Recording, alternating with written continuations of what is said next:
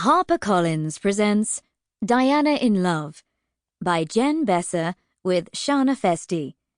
Read by Beth Hicks. Think of the long trip home. Should we have stayed at home and thought of here? Elizabeth Bishop, Questions of Travel. Prologue. I like her immediately. She's tall and blonde and soft-spoken. She tells me, with a smile, that her name is Brigitte.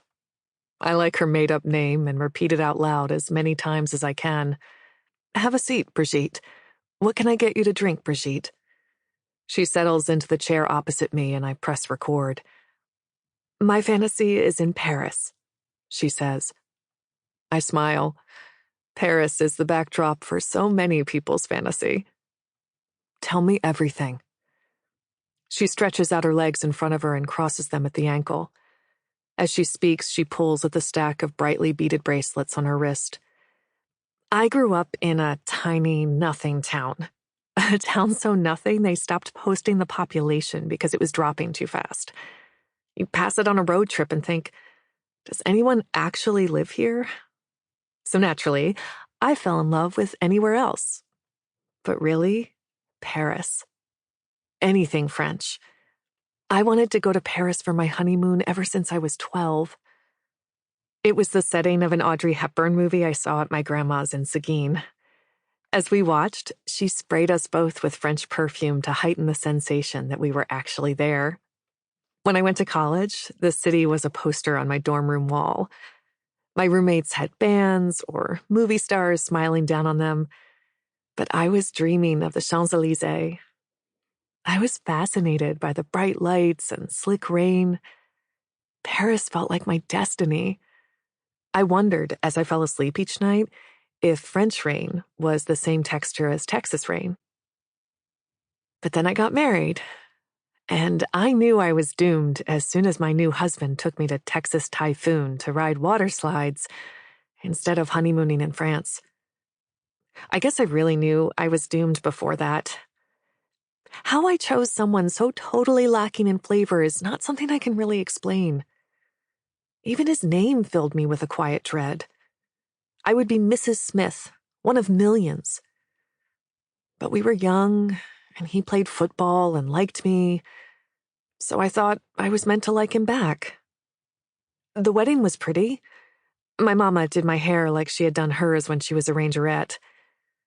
But there were all these relatives of my husband's and friends of his relatives. I'd never met half of them, and I felt, from the moment I arrived at my own wedding, inspected. There's no other word for it. I walked down the aisle wearing this delicate blue-gray veil as my something blue.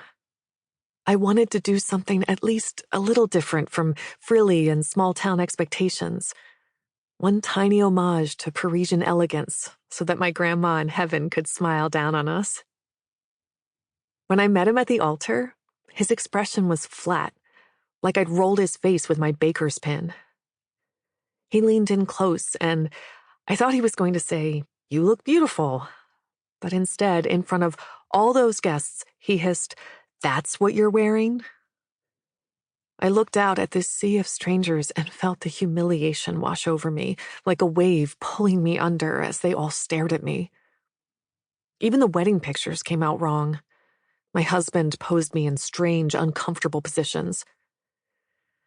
The same was true in bed.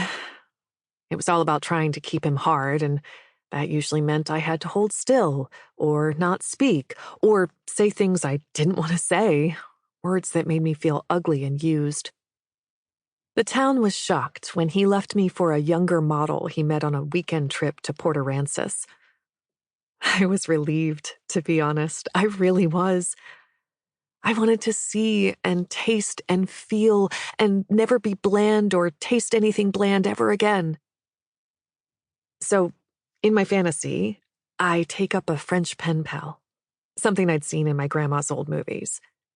Me and this guy, we write pages and pages to each other about our lives, where we live, what we dream about.